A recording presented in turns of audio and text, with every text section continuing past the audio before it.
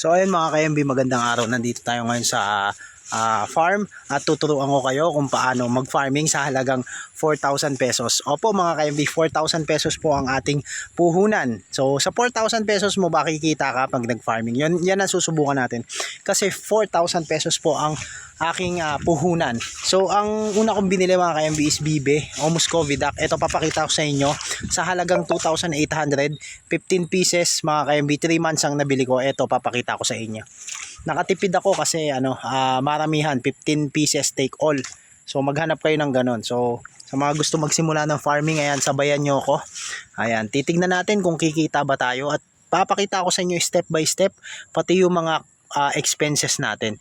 So ito mga ka-MB, pakita ko sa inyo yung mga nabili natin. 2,800 ang ating unang nilabas. So ito mga ka-MB, nabili ko na 2,800.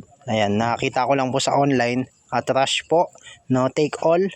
Ayan, unang presyo po is 3,300. Natawaran natin ng hanggang 2,800. So pakita ko sa inyo mga ka-MB yung nabili natin at kayo nang humusga kung quality o hindi.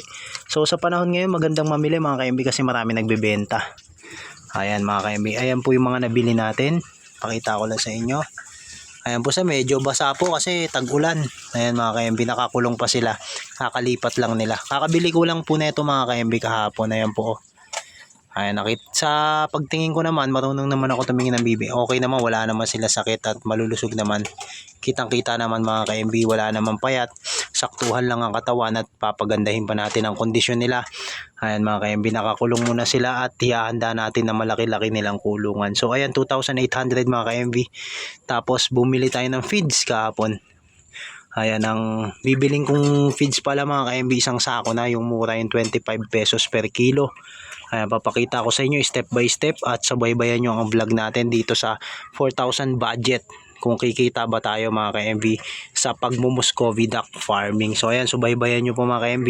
So hanggang dito na muna. Ayan, pinakita ko lang sa inyo yung mga nabili natin mga ka-MB. Ayan o. Quality mga ka-MB, 2,800, 15 pieces. Ayan, dalawang inahin po yan, hindi magkakapatid. Yan po talagang pinili natin. So ayun mga ka-MB, salamat sa panonood. Ito ang pagbabalik ng MB Backyard Farmer. Ayan, subaybayan nyo po sana ulit tayo.